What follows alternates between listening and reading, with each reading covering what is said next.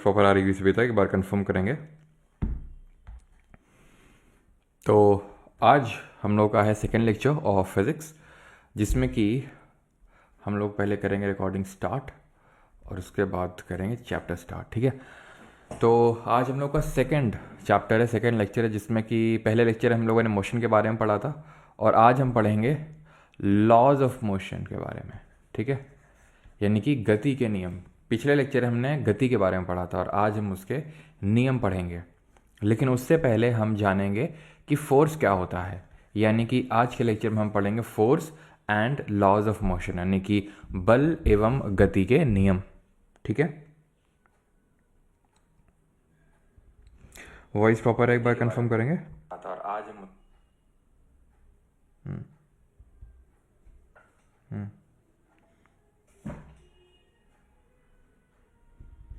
1700 रुपये में घर जाना है सर। कितने पराठे दबा के आए बेटा, वो मैं लास्ट में बताएंगे कितने पराठे दबा के आए। पहले टॉपिक पे फोकस करो, है ना। तो सबसे पहले बात करते हैं, जैसे हमने कल के लेक्चर में पढ़ा कि मोशन क्या होता है। ठीक है, और मोशन के रिस्पेक्ट में हमने डिस्टेंस को समझा, हमने डिस्प्लेसमेंट को समझा, हमने स्पीड को समझा, हमने वेलोसिटी को समझा, हमने एक्सेलरेशन को समझा। तो ये सारी चीज़ें हमने कल के लेक्चर में समझी। अब आज के लेक्चर हम ये स्टार्ट करेंगे मोशन होती क्यों है, मतलब ठीक है, वाई द मोशन अकर्स और व्हाट कॉजेज द मोशन। तो motion is cause due to force. Motion जो है गति, वो बल की वजह से ओरिजिनेट होती है, यानी कि जब तक कोई फोर्स नहीं लगेगा तब तक मोशन नहीं होगी। राइट, जब तक कोई फोर्स नहीं लगेगा तब तक कोई मोशन नहीं होगी। मेरे सामने बड़ी सी टेबल रखी जैसे मैं पढ़ा रहा हूँ, मैं फोर्स लगा रहा हूँ, लेकिन इसमें तो मोशन हो ही नहीं रहा है। क्यों नहीं हो रहा है? क्योंकि यहीं पे बात आती है आपकी बैलेंस्ड और अनबैलेंस्ड फोर्सेस की। किसकी? बैलेंस्ड कहाँ गए भैया, चलो यहीं पे आपको बताता हूँ, क्योंकि यहीं पे बात आती है बैलेंस्ड और अनबैलेंस्ड फोर्सेस की। बैलेंस्ड और अनबैलेंस्ड फोर्सेस क्या होता है? बैलेंस्ड फोर्स है, जैसे एग्जाम्पल के तौर पे ये मान लेते हैं कि कोई ऑब्जेक्ट है, ठीक है, यहाँ से मैं फोर्स लगा रहा हूँ, मान लेते हैं कि कितना भी 10 न्यूटन, जितना भी आप मान लो, और यहाँ से भी मैं सेम फोर्स लगा रहा हूँ, सेम अमाउंट ऑफ फोर्स लगा रहा हूँ, तो ये क्या करेगा? मूव नहीं करेगा। ऑब्वियस सी बात है। क्यों मूव नहीं करेगा? बिकॉज दोनों फोर्सेज एक दूसरे को बैलेंस कर रहे हैं। बिकॉज जो एफ नेट आएगा, नेट फोर्स आएगा इसमें, वो जीरो निकल के आएगा। क्यों? नेट फोर्स क्या होता है? नेट फोर्स होता है जो जितने भी सारे फोर्सेस उसमें लग रहे हैं आप उनको सम अप कर देंगे, ठीक है, तो वो नेट फोर्स आ जाएगा। तो यहाँ पर जैसे फॉर एग्जांपल अगर मैं एक डायरेक्शन मानूँ तो अगर इसमें प्लस का 5 न्यूटन होगा तो ये माइनस का 5 न्यूटन होगा। सिंपल सी बात है। तो क्योंकि ये आपस में एक दूसरे को बैलेंस कर रहे हैं, इस वजह से यहाँ पे जो काइंड ऑफ मूवमेंट होगा वो या फिर मोशन होगा वो ज़ीरो होगा। मोशन होगा ही नहीं, क्योंकि नेट फोर्स यहाँ पे ज़ीरो है। ये फोर्स बैलेंस कर रहे हैं एक दूसरे को। वहीं पे जब हम अनबैलेंस्ड फोर्सेस की बात करते हैं तो मान लेते हैं यहाँ से लग रहा है 5 न्यूटन, तो यहाँ से लग रहा हो सकता है 10 न्यूटन, मैंने लगा दिया। तो इस बार क्या करेगा? ये जो ऑब्जेक्ट है ये इस डायरेक्शन में मूव कर जाएगा। कारण ये है कि इस बार जो नेट फोर्स है वो 5 न्यूटन आ रहा है लेफ्ट साइड की ओर, इस वजह से। ठीक है, तो आई होप आप समझ गए हैं कि मोशन क्यों होती है? फोर्स की वजह से। लेकिन क्या सिर्फ फोर्स की वजह से होती है? नहीं, अनबैलेंस्ड फोर्स की वजह से होती है। अब यहाँ पे मेरा मोशन से मतलब ऐसा नहीं कि सिर्फ चल रहा है वो। जैसे कि फॉर एग्जांपल मान लेते हैं कि कोई बॉडी, यहाँ पे तो हमने रेस्ट में लिया था। रेस्ट का मतलब है जब कोई चीज़ रुकी हुई होती है तो उसको चलाने के लिए हमें अनबैलेंस्ड फोर्स की नीड है। सेम गोज हेयर ऑल्सो, अगर कोई चीज़ चल रही है, यानी कोई चीज़ अगर मोशन में है, उसको भी हमें स्टेट ऑफ रेस्ट में लाने के लिए, यानी कि उसको रोकने के लिए अगेन एक अनबैलेंस्ड फोर्स की ज़रूरत पड़ेगी। तो सिर्फ फोर्स से नहीं काम चलेगा, अनबैलेंस्ड फोर्स से काम चलेगा। ठीक है, क्लियर हो गई इतनी चीज़ कि बैलेंस्ड और अनबैलेंस्ड क्या है। अभी ये जो मेरे सामने टेबल है ये क्यों नहीं मूव कर रही है? मैं तो यहाँ से फोर्स लगा रहा हूँ, ऑपोजिट साइड से तो कोई फोर्स नहीं लगा रहा है, तो फिर भी क्यों मूव नहीं कर रही है? तो वो भी हम आगे समझेंगे। लेकिन उससे पहले फोर्स क्या क्या कर सकता है वो हम समझते हैं। तो दो चीज़ तो हमने जानी कि फोर्स जो है बॉडी को मोशन में ला सकता है, नहीं चला सकता है, या फिर बॉडी को रोक सकता है। कोई जो चलती हुई चीज़ है उसको रोकने की भी क्षमता रखता है। लेकिन कई बार होता है अनबैलेंस जो फोर्स होता है वो हो सकता है मोशन ना करे, तो फिर क्या करे? या फिर जो बैलेंस्ड फोर्स है मोशन नहीं कर रहा है तो फिर क्या कर रहा है, तो वो हो सकता है बॉडी के शेप या साइज को चेंज कर रहा हो, है ना। जैसे कि बॉल है ना, ये बॉल है, बॉल को अगर मैं, जैसे वो नहीं होती, वो कौन सी बॉल होती है, स्माइली बॉल बोलते हैं उसको, है ना, आप उसको प्रेस करते हो तो उसका शेप चेंज हो जाता है। गैंग्स ऑफ वासेपुर में आपने देखा था, है ना, जो सरदार खान है ना, किसी के गाल पकड़ के बोलते हैं कि शादी की उम्र हो गई है ना, तो क्या होता है उससे, दोनों साइड से प्रेस करते हैं तो वो शेप चेंज हो जाता है गालों का, है ना। तो ये होता है चेंज दी शेप और साइज। फोर्स क्या कर सकता है, या तो बॉडी को मोशन में ला सकता है, या फिर मोशन जिस बॉडी में है तो उसको रेस्ट में ला सकता है, या फिर उसका शेप और साइज चेंज कर सकता है, या फिर डायरेक्शन बॉडी का चेंज कर सकता है, और बाकी वही स्पीड अप कर सकता है या फिर स्पीड डाउन कर सकता है। जैसे फॉर एग्जांपल यहाँ पे तो चीज़ रुकी हुई थी, ठीक है, यहाँ पे तो चीज़ रुकी हुई थी, एक सेकंड रुकिएगा, एक सेकंड।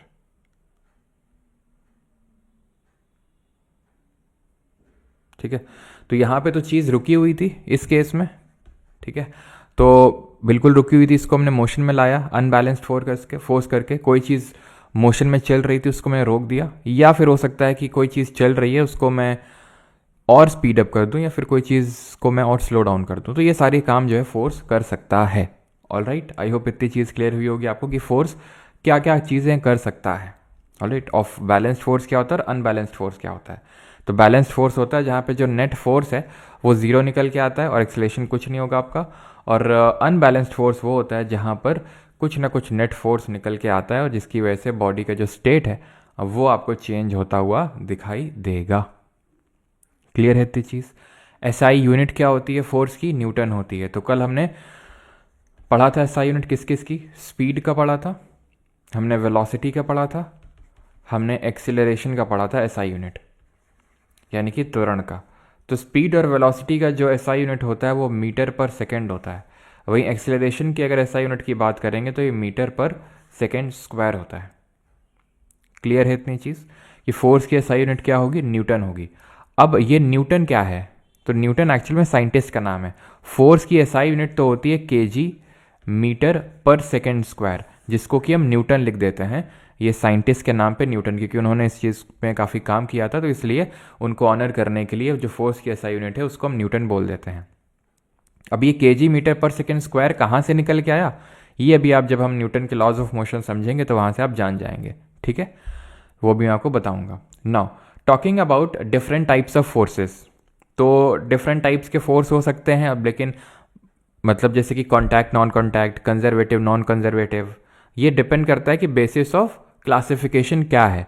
तो कॉन्टैक्ट और नॉन कॉन्टैक्ट में बेसिस ऑफ क्लासिफिकेशन ये है कि जो दो बॉडीज़ के बीच में जो, या फिर दो ऑब्जेक्ट्स के बीच में जो फोर्स लग रहा है, ठीक है, तो वो दोनों कॉन्टैक्ट में है या नहीं है। तो जैसे फ्रिक्शनल फोर्स है, स्प्रिंग फोर्स है, मस्कुलर फोर्स है, ये कॉन्टैक्ट फोर्सेज में आते हैं। जैसे फ्रिक्शनल फोर्स में क्या है, फ्रिक्शनल फोर्स तो आई होप आप जानते होंगे, जैसे आप सड़क में चलते हैं, ठीक है, या फिर आप साइकिल चला रहे हैं, ठीक है, रोड पे, तो अब ऐसा तो है नहीं कि पैडल मार के आप रुक जाएंगे, आपकी साइकिल चलती रहेगी चलती रहेगी चलती रहेगी, वो एक पॉइंट पे आके रुक जाएगी। क्यों, क्योंकि वहाँ पर टायर और रोड के बीच में एक ऑपोजिट डायरेक्शन में लगने वाला फोर्स है, जिसको हम फ्रिक्शन फोर्स या फिर घर्षण बल के नाम से जानते हैं, है ना। बात सही है, अगर फ्रिक्शन फोर्स नहीं होगी तो चलना मुश्किल हो जाएगा। अगर मान लो कि कोई फ्रिक्शन, जीरो फ्रिक्शन हो जाए तो हम चल तक नहीं सकते। आपने ऑब्जर्व किया होगा कि जब टाइल्स वगैरह होते हैं बहुत स्मूथ होते हैं तो उसमें चलने में बहुत दिक्कत आती है, और दौड़ने में तो बहुत ही ज़्यादा दिक्कत आती है, ठीक है,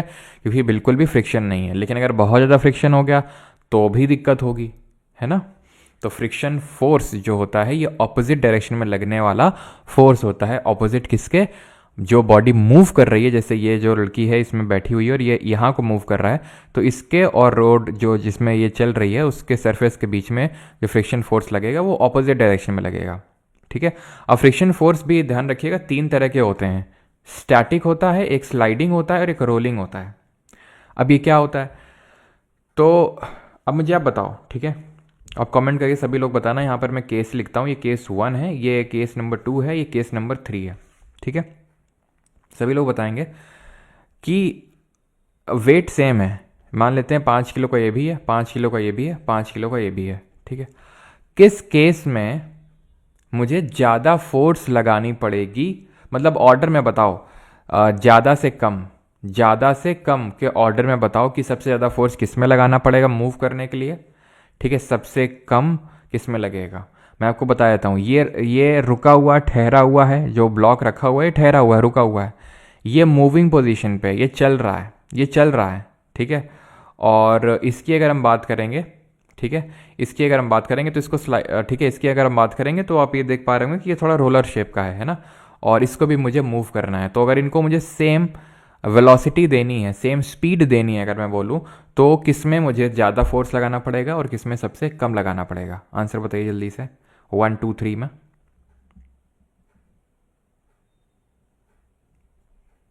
1 2 3 आ रहा है आंसर, ओके।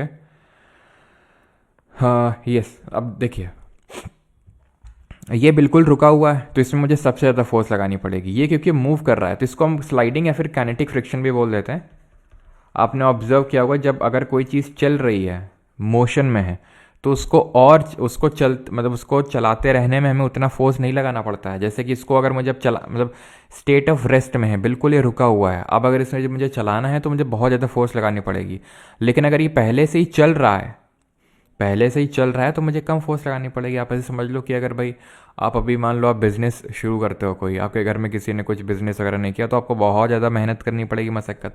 लेकिन आप पूरा बिज़नेस जो सेटअप करके जाएंगे, जैसे फॉर एग्जांपल मान लेते हैं मुकेश अंबानी के जो बेटे बेटी हैं, उनको थोड़ी ना ज़्यादा मतलब उतना वर्क करना पड़ेगा जितना कि मुकेश अंबानी को करना पड़ा है, फिर जितना धीरू भाई अंबानी को करना पड़ा है कि नहीं।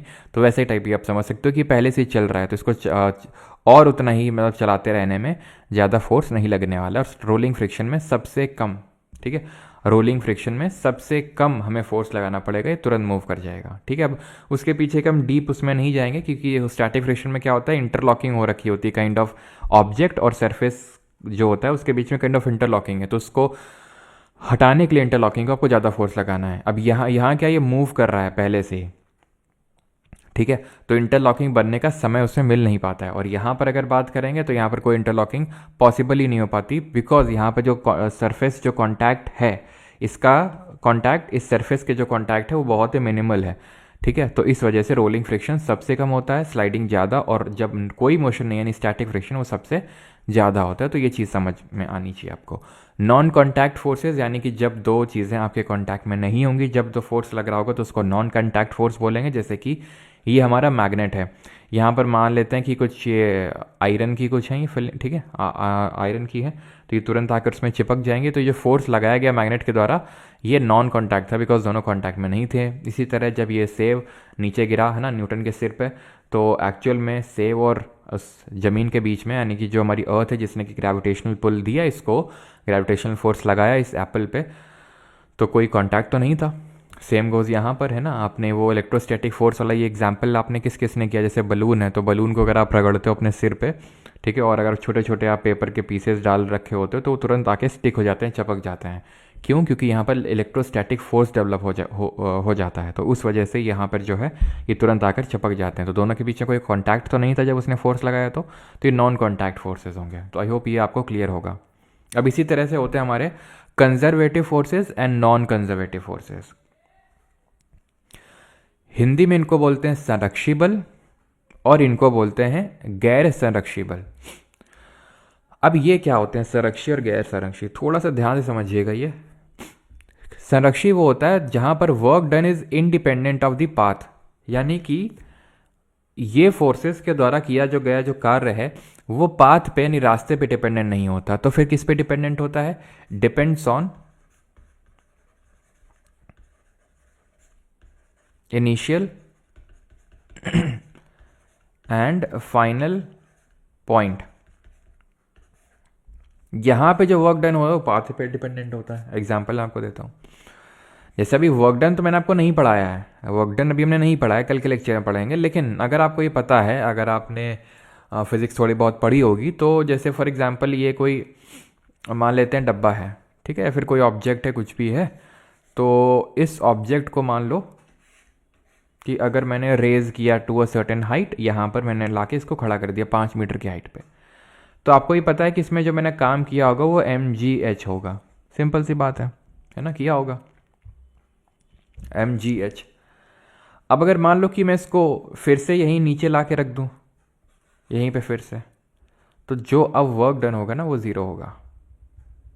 ठीक है, क्यों? क्योंकि वर्क डन जो है यहाँ पे आपके पाथ पे डिपेंडेंट नहीं कि क्या पाथ फॉलो किया, कहाँ से आप घुमा फिरा के, चाहे जहाँ से आप उसकी ओरिजिनल पोजीशन पे ला के उसको खड़ा कर दोगे, तो यहाँ पर तो कोई हाइट उसकी अचीव ही नहीं हुई।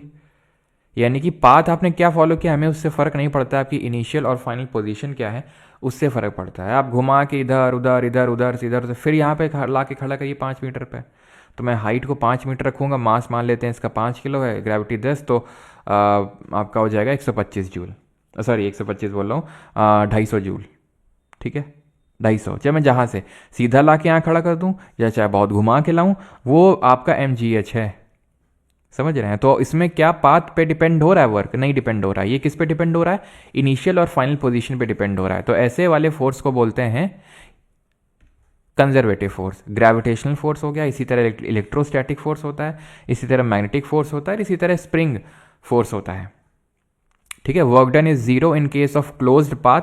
ये पूरी लंबी चौड़ी डेरिवेशन होती है जो क्लास 11th में ये पढ़नी होती है, लेकिन आप सिंपल इतना याद कर लो कि वर्क डन जो होता है क्लोज्ड पाथ पे वो जीरो होता है बस। Work done by it is completely recoverable. ठीक है, इसको भी मैं एक्सप्लेन करूंगा, लेकिन पहले ये समझिए नॉन कंजर्वेटिव फोर्स को। तो work done is dependent on path taken. Friction force है, ड्रैग फोर्स है। अब फ्रिक्शन फोर्स जैसे फॉर एग्जाम्पल ये कोई ऑब्जेक्ट है, ठीक है, अब इसको अगर मैं यहाँ से यहाँ तक ड्रैग करूँ, मतलब इसको मैं यहाँ से घसीट के ले जाऊँ, तो कुछ ना कुछ फोर्स फ्रिक्शन लगाएगा। फ्रिक्शन फोर्स के द्वारा किया गया कुछ कार्य होगा, कुछ हीट जनरेट होगी जब रब होंगी दोनों सरफेस। तो यहाँ मैं लाया, अब तुमको लगता है कि अगर मैं यहाँ से इसको यहाँ ले जाऊँ, फिर यहाँ से यहाँ ले जाऊँ, फिर यहाँ से यहाँ ले जाऊँ, मैं यहीं ले आया घुमा फिरा के, तो किया गया कार्य क्या पाथ डिपेंडेंट है? बिल्कुल डिपेंडेंट है। क्यों? क्योंकि तुमको नहीं लगता इतनी बार जब मैं इसको रगड़ूंगा तो इस बार जो वर्क डन होगा, जो हीट जनरेट होगी बाई ये फ्रिक्शन फोर्स, वो बहुत ज़्यादा होगी एज कम्पेयर टू जब मैं एक बार इसको यहाँ पे ले गया। तो यानी पाथ डिपेंडेंट है। आई अगेन रिपीट, जैसे कि या तो आप ये ड्रैग को कंसिडर कर लो। अब ड्रैग क्या होता है?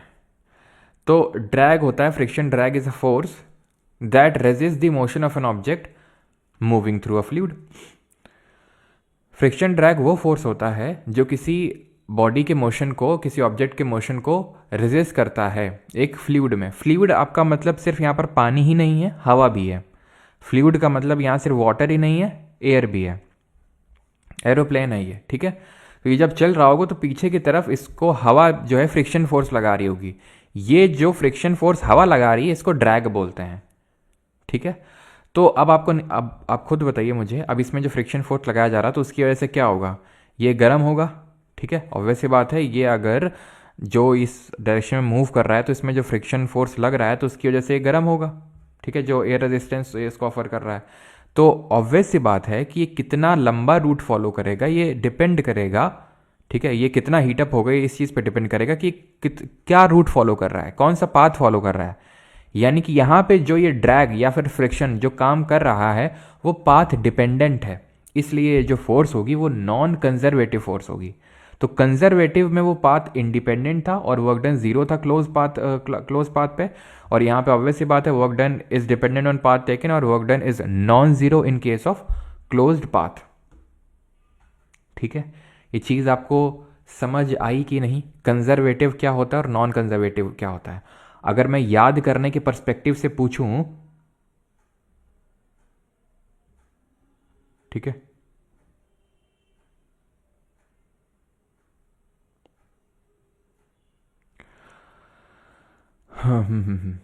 चलो अगर हम याद करने के पर्सपेक्टिव से अगर मैं आपको बताऊं तो सिंपल आप ऐसे याद कर लो, जो आपके नॉन कॉन्टैक्ट फोर्सेस हैं।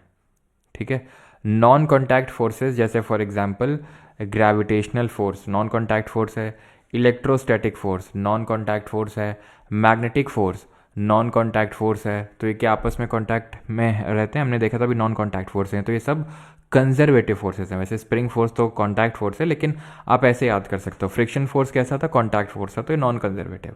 तो आप याद करने के पर्सपेक्टिव से स्प्रिंग फोर्स वैसे एक एक्सेप्शन हो जाएगा।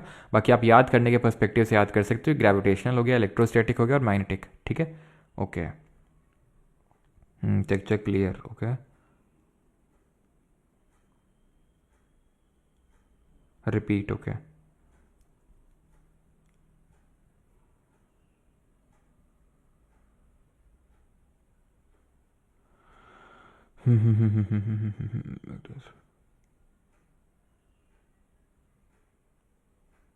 चलो भाई, और फालतू के यार कोई कमेंट मत करना, ठीक है, कमेंट सेक्शन में, नहीं तो मैं सीधा ब्लॉक करूँगा। तो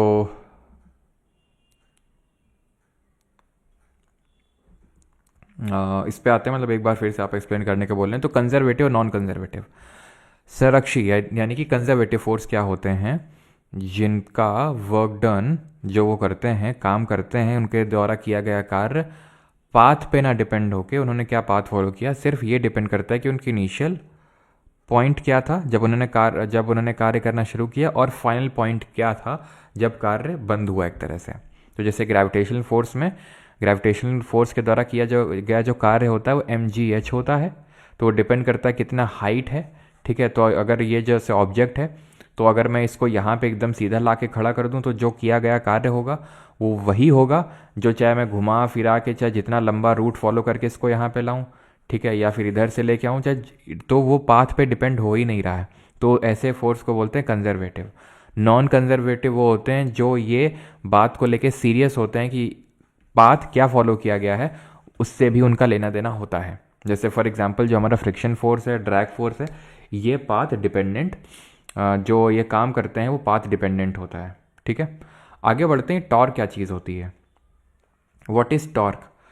तो टॉर्क जो होता है, it is a force. Sir इसमें नहीं, ड्रैग कोई मतलब अलग तरह का फोर्स नहीं है, वो एक तरह का फ्रिक्शन फोर्स ही है, वो एक तरह का फ्रिक्शन फोर्स ही है, ध्यान रखिएगा इस चीज़ को, जो कि फ्लूइड के द्वारा लगाया जाता है। ऑलराइट, टॉर्क की अगर बात करेंगे तो इट इज़ अ फोर्स, एक तरह से हम बोल सकते हैं रोटेशनल फोर्स है ये, ठीक है। आप दो कीवर्ड याद रखो, रोटेशनल फोर्स है ये, या फिर इसको हम इस तरह से बोल सकते हैं फोर्स एक्टिंग अलोंग अ, क्या बोल सकते हैं इसको, एक्टिंग अलोंग अ, इसको क्या बोलेंगे,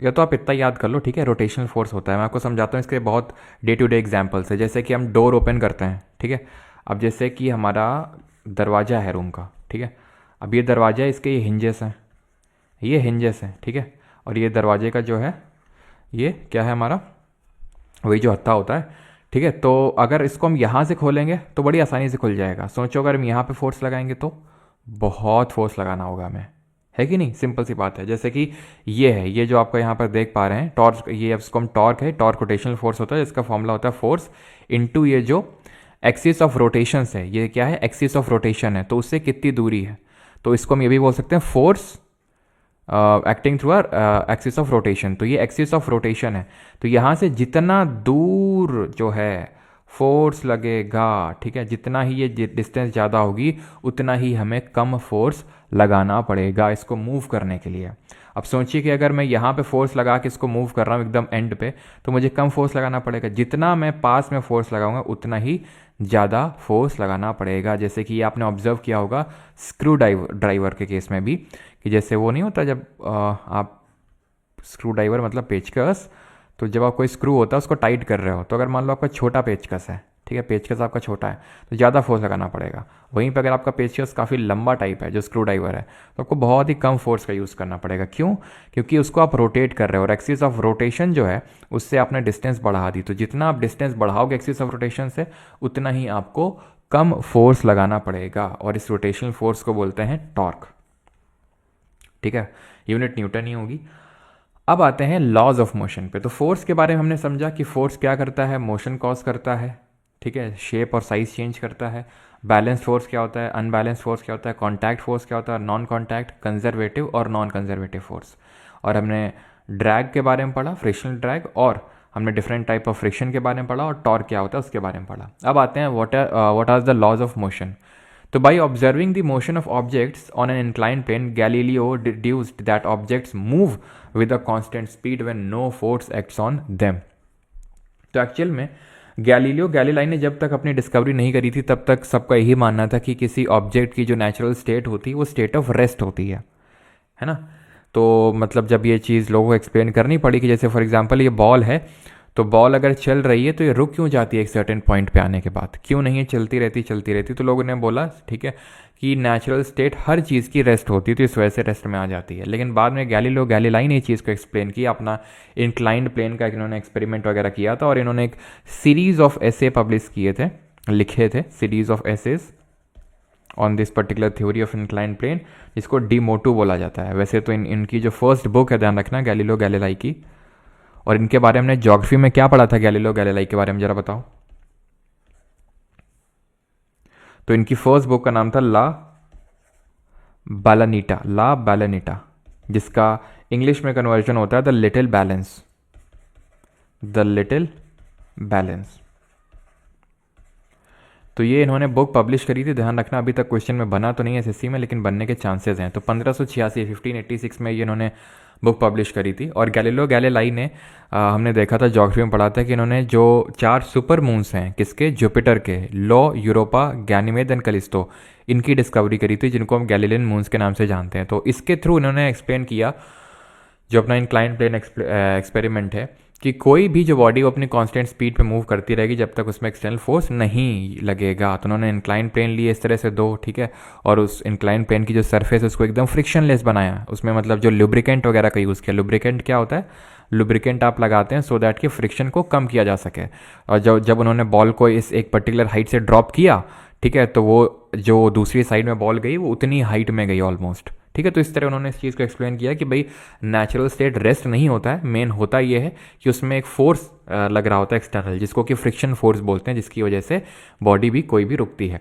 इसी पे फर्दर काम किया न्यूटन जी ने, ठीक है, और उन्होंने दिए 3 लॉज ऑफ मोशन, जिसमें कि पहला लॉ ऑफ मोशन क्या बोलता है, पहला बोलता है an object if at rest remains at rest or if it in motion remains in motion at a constant velocity unless an external force is applied on it।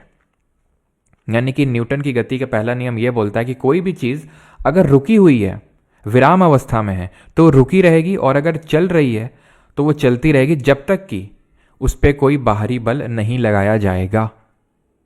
ये बोलता है पहला लॉ ऑफ मोशन। और इसके applications हम देख सकते हैं। जैसे एप्लीकेशन की अगर हम बात करें तो ये जैसे आपने बड़ा अच्छा एक्सपेरिमेंट आई थिंक आप में से कुछ लोगों ने किया भी होगा। जैसे ये कार्डबोर्ड है, ठीक है, अब ये कार्डबोर्ड के ऊपर सिक्का रखा हुआ है, मैं इस कार्डबोर्ड को मूव करूंगा, ठीक है, अगर मैं बहुत तेज से इसमें मारूंगा तो क्या करेगा, कार्डबोर्ड पे ही मैं फोर्स लगा रहा हूं तो कार्डबोर्ड मूव करेगा और ये सिक्का आके पानी में गिर जाएगा या फिर ग्लास में गिर जाएगा। क्यों? क्योंकि ये स्टेट ऑफ रेस्ट पे था।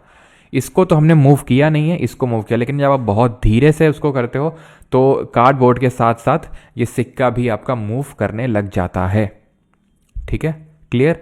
तो यहाँ पर हम कुछ और भी एग्जांपल्स देख सकते हैं। जैसे कि मैं आपको एग्जांपल्स बताता हूँ। जैसे आपने ये चीज़ को ऑब्जर्व किया होगा, जब आप है ना, जब गाड़ी में बैठे होते हो, ठीक है, और मान लो बस है और बस एकदम से चलना शुरू करती है, तो एकदम से जब चलना शुरू करती है तो क्या होता है, जब एकदम से चलना शुरू करती है तो आप पीछे की तरफ लीन करते हो। क्यों? क्योंकि आपका पूरा जो स्टेट, जो पूरा बॉडी है वो अभी स्टेट ऑफ रेस्ट में है, वो रुका हुआ है, ठीक है। लेकिन क्योंकि बस चली तो आपकी बस जो चली तो आपके जो पैर हैं वो बस के साथ कांटेक्ट में है, तो वो भी चले आगे की तरफ, लेकिन आपका पूरा बॉडी स्टेट ऑफ रेस्ट में था तो वो आपका पीछे की ओर जो है लीन हो जाता है। तो न्यूटन जी ने ये बताया कि कोई भी बॉडी है, ठीक है, अपने करंट जो स्टेट है वो स्टेट ऑफ रेस्ट भी हो सकता है, स्टेट ऑफ मोशन, उसको अपोज करती है। इसका बहुत जीता जागता उदाहरण है। अगर तुम आराम से लेटे हुए हो सुबह, ठीक है, तो तुम्हारा उठने का मन करता है? बिल्कुल नहीं करता है। उस करंट स्टेट को चेंज करने का मन करता है? बिल्कुल नहीं करता है। ऐसा लगता है बस पड़े रहें, अलग ही आनंद आता है। अब जैसे तुम बैठे हो, ऐसा लगता है बस अब बैठे ही रहें, ठीक है, ऐसा मन करता है ना। तो ये होता है कि आपका करंट जो स्टेट होता है उसको कोई भी बॉडी उसका चेंज को रेजिस्ट करती है। जैसे फॉर एग्जाम्पल ये जो था, ये टेबल को मैंने ये पुश कर रहा हूँ, ठीक है, तो ये अपने करंट स्टेट को क्या करेगी, ये चेंज, मतलब ये क्या करेगी, ये चेंज नहीं करना चाहेगी, ये मोशन में नहीं आना चाहेगी, तो ये पूरा जोर लगाएगी अपनी तरफ से, और जो जोर लगाएगी उसको हम बोलते हैं इनर्शिया या हिंदी में जड़त्व। अब यही अगर मेरे सामने मोबाइल फ़ोन रखा है, ठीक है, अगर मैं इसको उसी फोर्स से मूव करूँ तो ये काफ़ी मूव कर जाएगा। क्यों? ये क्यों मूव कर गया? ये भी तो रेजिस्ट करना चाह रहा होगा ना अपने करंट स्टेट को, या फिर मैंने अपने मान लेते हैं कि माइक रखा है, मैं माइक को इसको उतना ही फोर्स से पुश कर रहा हूँ, तो ये तो मूव कर गया, ये भी तो रेजिस्ट कर रहा होगा, तो ये क्यों मूव कर गया? ये इसलिए मूव कर गया क्योंकि इनके मास कम थे एज कंपेयर टू ये जो टेबल का मास है उससे।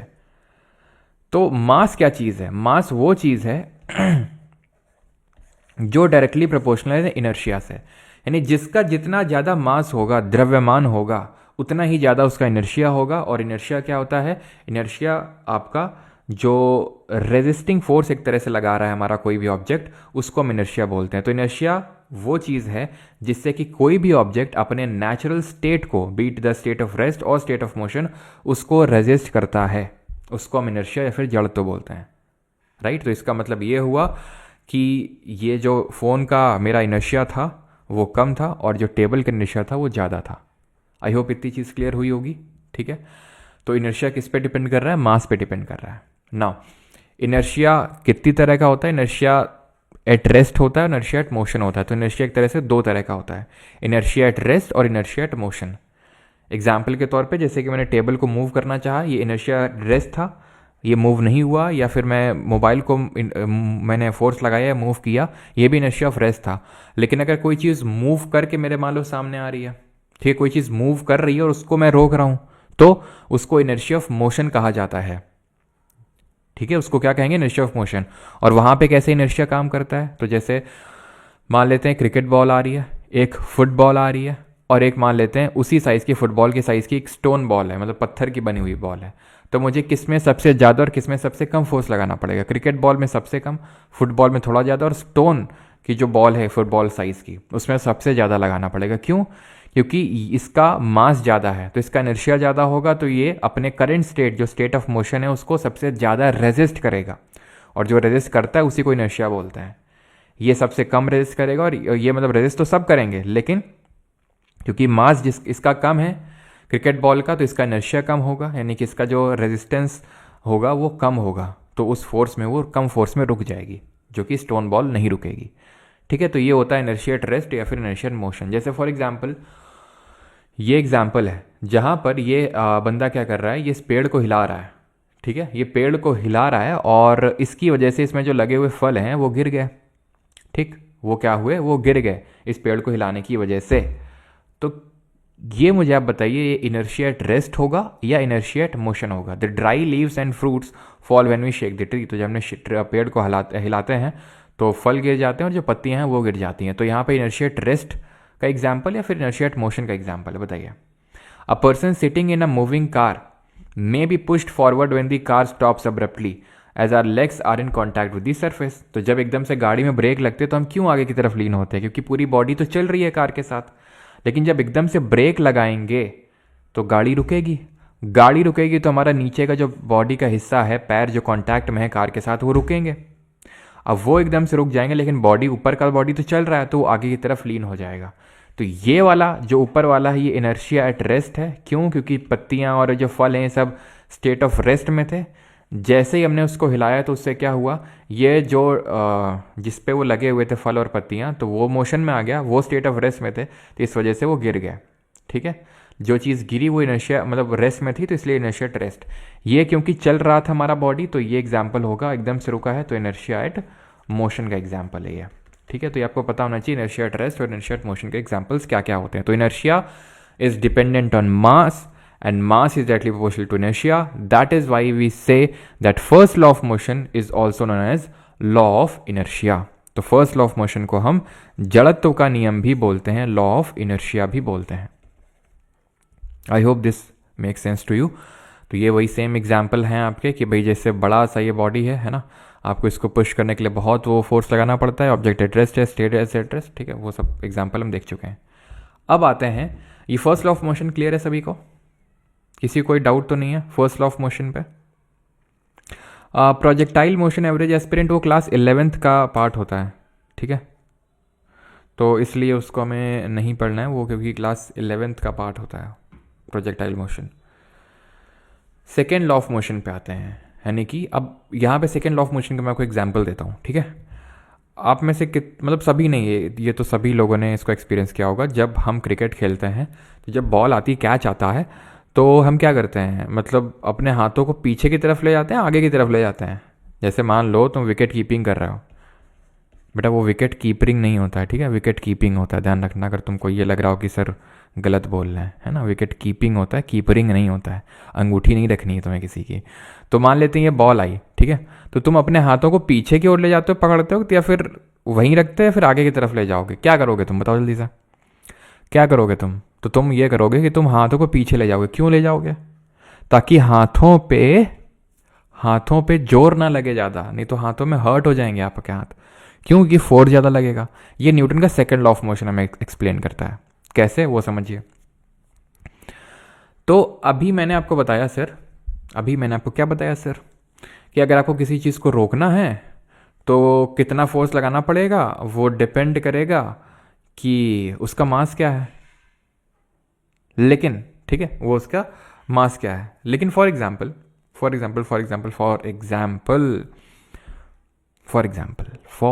जैसे मान लो कि क्रिकेट बॉल है, ठीक है, ये बुलेट है, ठीक है।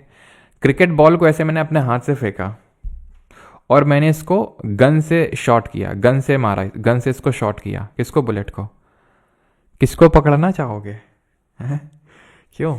कौन ज़्यादा मार देगा? ये ऐसी मार देगा कि इस मार से कभी उठ भी नहीं पाओगे, है ना, ये जान से ही मार देगा।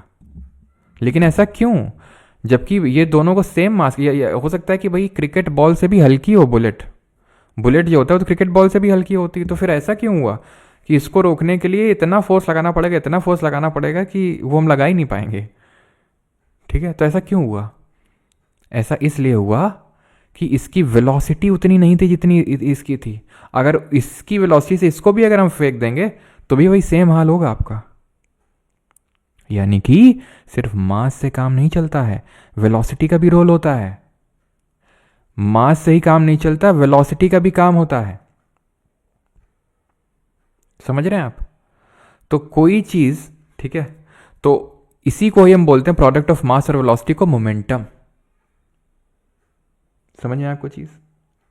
और ये जो चेंज ऑफ मोमेंटम होता है, चेंज ऑफ मोमेंटम का मतलब ये है कि जैसे क्रिकेट बॉल थी, आप विकेट कीपिंग कर रहे थे, एक सर्टेन वेलोसिटी से आ रही थी, अब आपको उसकी वेलोसिटी को जीरो करना है, यानी आप उसके मोमेंटम में चेंज ला रहे हैं, ठीक है, उसके मोमेंटम में चेंज ला रहे हैं। तो कितने कम टाइम में ला रहे हैं, कितने टाइम में ला रहे हैं, वो डिपेंड करेगा कि आपको फोर्स कितना लगाना पड़ रहा है। अगर मान लो कि आप 2 सेकंड में उसकी वेलोसिटी को जीरो कर रहे हैं तो फोर्स ज़्यादा लगाना पड़ेगा, क्योंकि इनवर्स रिलेशन है ना। इनवर्स रिलेशन तो आपको पता होगा कि जब इसको हम घटाएंगे तो ये बढ़ेगा, इसको बढ़ाएंगे तो ये घटेगा। तो आप खुद ही सोचो कि एकदम से तुमने हाथ वहीं के वहीं रखे तो फोर्स ज़्यादा लगानी पड़ेगी। अब हाथ को पीछे ले जाओ, जितना पीछे ले जाओगे उतना ही कम फोर्स लगाना पड़ेगा। क्यों? क्योंकि उसका मोमेंटम चेंज करने के लिए जितना आप टाइम लगा रहे हैं वो ज़्यादा है, तो फोर्स कम अप्लाई करनी पड़ेगी आपको। तो यहाँ से एक्सप्लेन होता है वो चीज़ जो विकेट कीपिंग वाला मैंने आपसे एग्जांपल पूछा। तो यहाँ से क्या डिराइव हुआ, ये इक्वेशन डिराइव हुई, ठीक है, वही चीज़ यहाँ पे लिखी हुई है। अब डेल्टा पी, अब क्या होता है डेल्टा पी, मतलब चेंज इन मोमेंटम।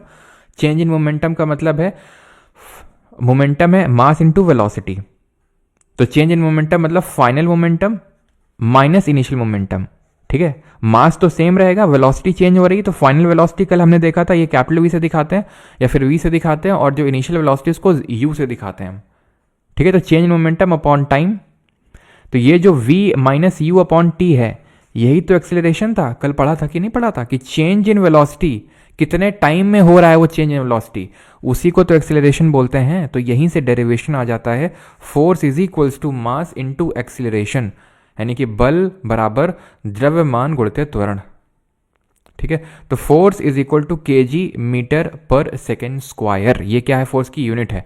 अब ये कैसी यूनिट आई, आप समझ गए कि मास की जो ऐसा यूनिट होती है वो केजी होती है और एक्सेलरेशन की होती है मीटर पर सेकेंड स्क्वायर। तो यहां से आया KG metre per second square.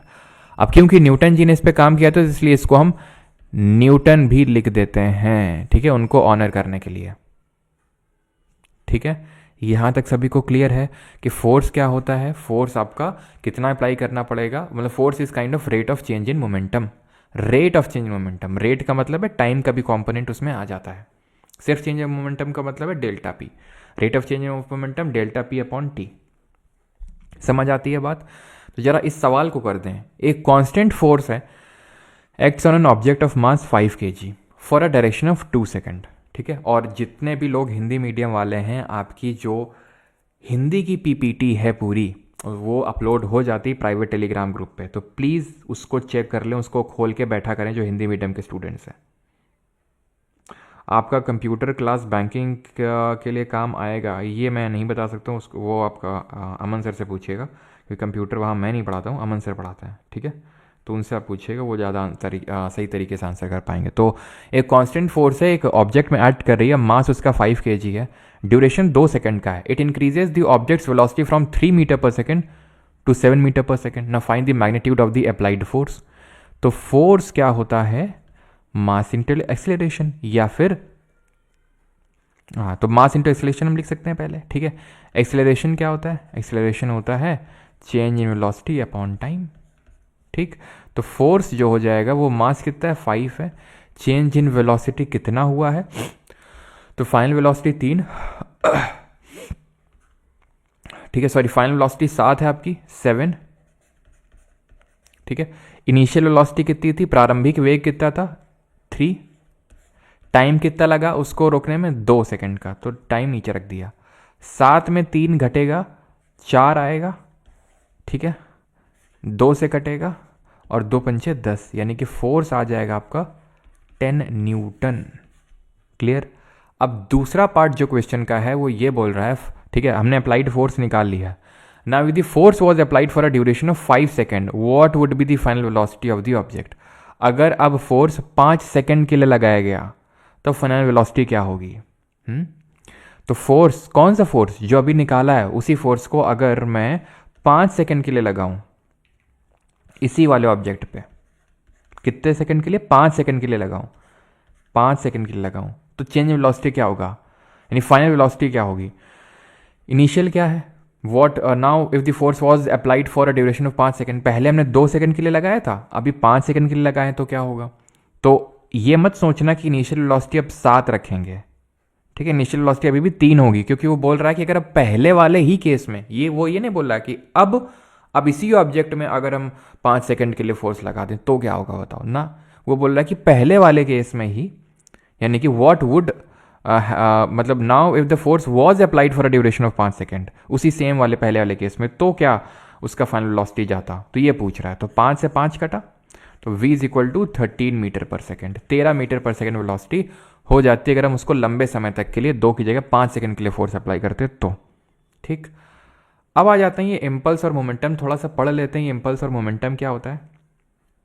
तो कुछ ऐसा खास नहीं होता, बस इम्पल्स होता है, इम्पल्स वो फोर्स हो जाता है, force applied for a very short duration, applied for a very short duration. जैसे कि मैं कोई एग्जाम्पल दूं, ठीक है, for a very short duration, मैं एग्जाम्पल दूं आपको, जैसे 2 एग्जाम्पल दूं, कौन सा एग्जाम्पल, जैसे कि मान लो अंडा है, ठीक है। अब अंडे को क्या करूं मैं, अंडे को एक सॉलिड सरफेस में ड्रॉप करता हूं मैं, ठीक है, अंडे को एक सॉलिड सरफेस में ड्रॉप करता हूं, ठीक है, ये मैंने अंडे को ड्रॉप किया। दूसरा केस मैं लेता हूं, दूसरा केस लेता हूं जहां पर अगेन अंडे को मैंने सॉलिड सरफेस पे तो ड्रॉप किया, लेकिन ये सॉलिड सरफेस क्या थे, लेयर ऑफ गद्दास थे, ये गद्दे गद्दे गद्दे थे, या फिर फोम था ये। किस केस में टूटेगा अंडा, ऑब्वियस सी बात है, इस केस में तुरंत टूटेगा, इस केस में नहीं टूटेगा अंडा। क्यों, क्योंकि जो चेंज इन मोमेंटम जो हुआ यहाँ पर उसमें बहुत टाइम लग गया, इस वजह से चेंज इन मोमेंटम, क्योंकि बहुत टाइम लग गया तो इस वजह से उस पर फोर्स अप्लाइड कम रहा, ठीक, क्योंकि टाइम ज़्यादा था। यहाँ पर क्योंकि ये फोर्स बहुत ही शॉर्ट ड्यूरेशन के लिए लगा, बहुत ही शॉर्ट ड्यूरेशन के लिए, समय ही नहीं मिला अंडे को, वो फूट जाएगा, तो इसी को इम्पल्स बोलेंगे। जो फोर्स बहुत शॉर्ट ड्यूरेशन के लिए लगता है उसको हम इम्पल्स बोल देते हैं, ख़त्म। वैसे इसको हम जे से रिप्रेजेंट कर देते हैं, ठीक है, जे से, लेकिन ठीक है, ऑलराइट। इम्पल्स का आपको डेफिनेशन पता होना चाहिए कि इम्पल्स क्या होता है। जैसे कि अभी देखो थ्रस्ट वगैरह मैं आपको नहीं पढ़ा रहा हूँ यहाँ पे, ठीक है, बिकॉज थ्रस्ट ये हम कल के लेक्चर में पढ़ेंगे, ठीक है। यहाँ तक सभी को क्लियर, इम्पल्स क्या होता है। फिर हम बढ़ते हैं अपने आखिरी टॉपिक पे, एंड दैट इज न्यूटन का जो थर्ड लॉ ऑफ मोशन होता है, यहाँ तक किसी को कोई दिक्कत तो नहीं है। इसको हम इस तरह से भी लिख सकते हैं, ये डेल्टा पी है, ये हो जाएगा आपका एफ डेल्टा टी। ठीक है, इसको हम इस तरह से भी लिख सकते हैं। ठीक है,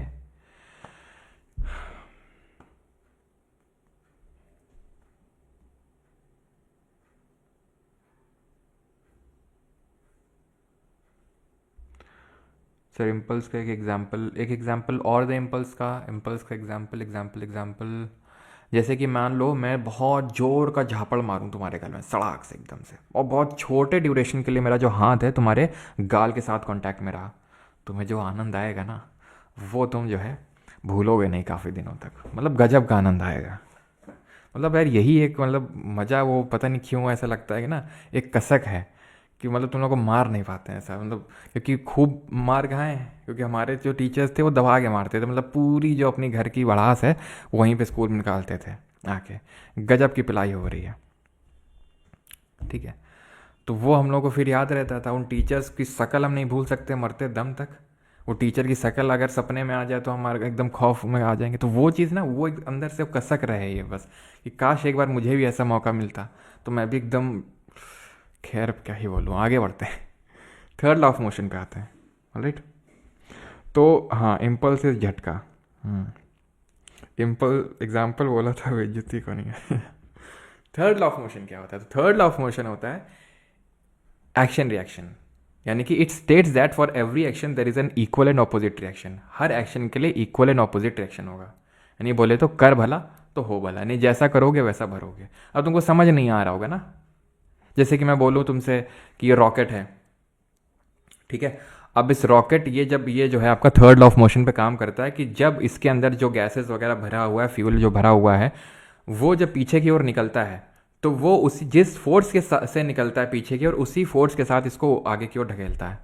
इसको बहुत ही अच्छे से ये एक्सपेरिमेंट एक्सप्लेन करता है। ये एक नाम बोल रहा हूँ उनका मैं, क्या क्या नाम इनका पता नहीं, मतलब ये आई थिंक स्टैनफोर्ड यूनिवर्सिटी के प्रोफेसर हैं।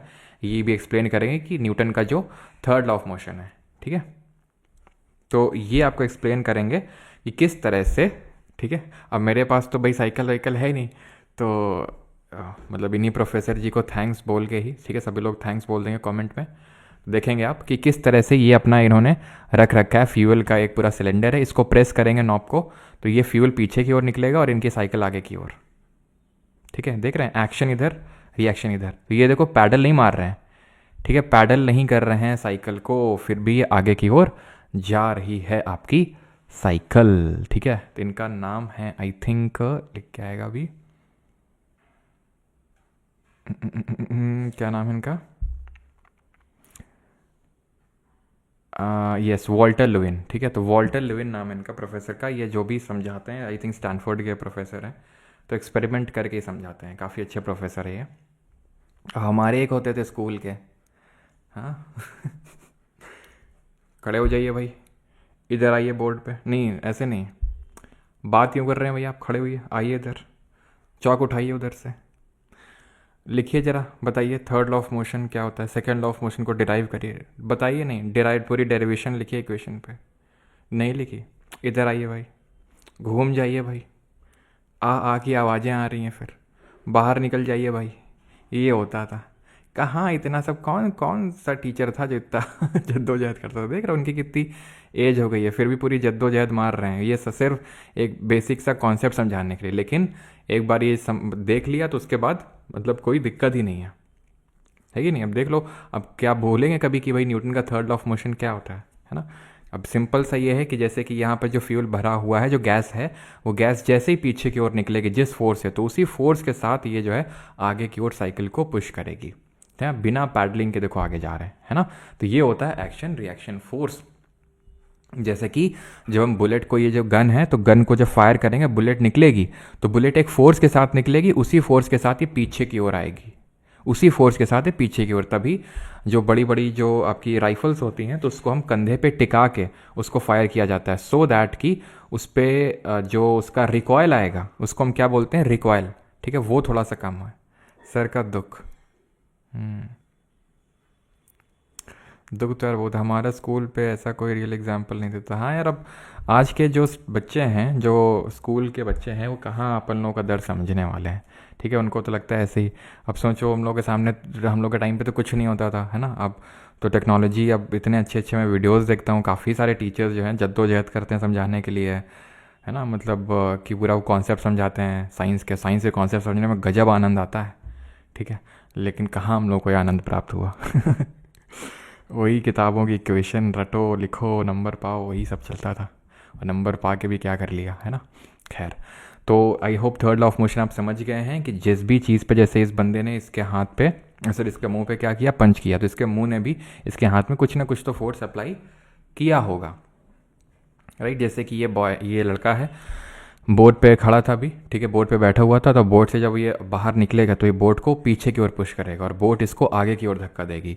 या फिर रोइंग ऑफ बोट हो गया। रोइंग ऑफ बोट का मतलब है जो नौका चलती है, तो आपने देखा होगा कि जो नौका चलाता है, जो बोट चलाता है, तो वो पानी को पीछे की ओर ढकेलता है और वो पानी बोट को आगे की ओर ढकेलती है। तो बोट इसी तरह से चलती है थर्ड लॉ ऑफ मोशन पे ही, ठीक है, पीछे। और जैसे कि ये हमारा बलून होता है, तो बलून से जब हवा निकलती है, तो हवा जिस फोर्स के साथ पीछे निकलती है, उसी फोर्स के साथ ये उसको ऊपर की ओर बलून को पुश करता है। तो आपने देखते हो कि बलून शू से ऊपर से जाता है। क्यों जाता है?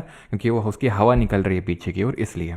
ठीक है, तो ये होता है आपका थर्ड लॉ ऑफ मोशन। आखिरी कॉन्सेप्ट है छोटा सा, and that is conservation of momentum, क्योंकि ये आपका कंजर्वेशन ऑफ मोमेंटम पे बेस्ड है। तो फर्स्ट लॉ ऑफ मोशन में आपको थोड़ा समराइज करता हूँ। ये फर्स्ट लॉ ऑफ मोशन बोलता है कि कोई भी चीज़ अपने करंट स्टेट का चेंज रेजिस्ट करती है, उसको इनर्शिया बोलते हैं। ठीक है, जो कि मास पे डायरेक्टली डिपेंड होता है। इनर्शिया एट रेस्ट होता है और इनर्शिया एट मोशन होता है। देन हमने देखा न्यूटन का सेकेंड लॉ ऑफ मोशन, जो कि मोमेंटम मतलब ये एक तरह सा, ये ध्यान रखना, ये क्वांटिफाई करता है किस चीज़ को, मोशन को। अगर आपसे पूछ ले कौन सा लॉ है न्यूटन का जो क्वांटिफाई करता है मोशन को, वो आपका सेकेंड लॉ है। किस तरह से क्वांटिफाई करता है? वो एक क्वांटिटी देता है, and that quantity is product of mass and velocity, जिसको मोमेंटम बोला जाता है, या फिर लीनियर मोमेंटम, रेखीय संवेग, जिसका यूनिट क्या हो जाएगा आप बताइए। तो मास का तो केजी होता है और वेलोसिटी का मीटर पर सेकंड, तो केजी मीटर पर सेकंड। ठीक है, तो ये क्वांटिफाई करता है। ठीक है, force is equal to mass into acceleration, यहाँ से डिराइव होता है। देन यहाँ पर हमने इम्पल्स के बारे में पढ़ा, यानी कि एक लार्ज अमाउंट ऑफ फोर्स जो एक बहुत ही शॉर्ट ड्यूरेशन के लिए लगता है। And third law of motion, ये एक्शन रिएक्शन लॉ के नाम से जाना जाता है। ठीक है, एक्शन रिएक्शन लॉ। ठीक है, यानी कि for every action there is an equal and opposite reaction. अब हम आते हैं कंजर्वेशन ऑफ मोमेंटम क्या होता है। तो एक्चुअल में जो आपका थर्ड लॉ ऑफ मोशन है, ये कंजर्वेशन ऑफ मोमेंटम पे काम करता है, यानी कि संवेग के संरक्षण का सिद्धांत। संवेग का संरक्षण का सिद्धांत क्या है? जैसे फॉर एग्जांपल ये बॉडी आई यहाँ पे, ये बॉडी आई यहाँ पे, दोनों का कोलिजन हुआ, दोनों टकराई। ठीक है, तो जो फोर्स इसने इस पे लगाया होगा वही फोर्स जो m1 ने m2 पे लगाया होगा वही m2 ने m1 पे, एंड वाइस वर्सा। ठीक है, तो ये चीज़ ध्यान रखिएगा कि पहले वाले केस, अब जैसे मान लो कि ये दोनों बॉडी इस डायरेक्शन में आई, दोनों एक दूसरे को हिट करी, और जब हिट करेंगे तो ऑब्वियस से बात है दोनों की जो वेलोसिटी है वो अलग अलग डायरेक्शन में हो जाएगी, है ना, ऑपोजिट। अभी इधर पे हैं दोनों की इस डायरेक्शन में, देन इस डायरेक्शन में हो जाएंगी। ठीक है, तो पहले वाले केस में इसकी हम मान लेते हैं वेलोसिटी u1 और इसकी मान लेते हैं u2। देन दूसरे वाले केस में इसकी v1 और इसकी v2। ठीक है, तो ये दोनों जो हैं सिस्टम, इसमें जो मोमेंटम है वो कंजर्व रहेगा। यानी आप m1 u1 यानी इसके मोमेंटम को जोड़ दीजिए इसके मोमेंटम के साथ। ठीक है, जब ये टकराने के बाद जो इनकी वेलोसिटी अटेन करी इन्होंने, उसके बाद इसका मोमेंटम को इसके मोमेंटम से जोड़ दीजिए, वो दोनों बराबर ही आएंगे। यानी momentum of a system can not neither be created not be destroyed, वो कंजर्व रहता है। ठीक है, तो ये कंजर्वेशन ऑफ मोमेंटम बताता है। तो ये आपका न्यूमेरिकल बेस्ड है इस कंजर्वेशन ऑफ मोमेंटम पे। जरा इस क्वेश्चन को सॉल्व करिए, इससे आपका मोमेंटम का जो कंजर्वेशन का जो कॉन्सेप्ट है वो क्लियर हो जाएगा।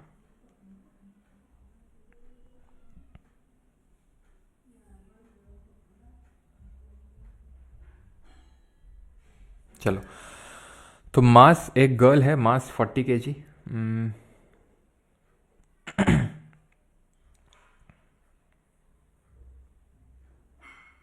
ठीक है, तो एक गर्ल है, mass 40 kg, jumps with the horizontal velocity of 5 metre per second into a stationary cart. तो मान लेते हैं एक कार्ट है, ठीक है, इसमें एक लड़की ऐसे जंप कर गई। ठीक है, ये स्टेशनरी कार्ट है, मतलब इसकी वेलोसिटी इनिशियली 0 रही होगी, विथ फ्रिक्शन लेस व्हील, इनमें कोई फ्रिक्शन नहीं है। The mass of the cart is 3 kg, यानी कि जो मास कार्ट का है वो 3 किलो का है।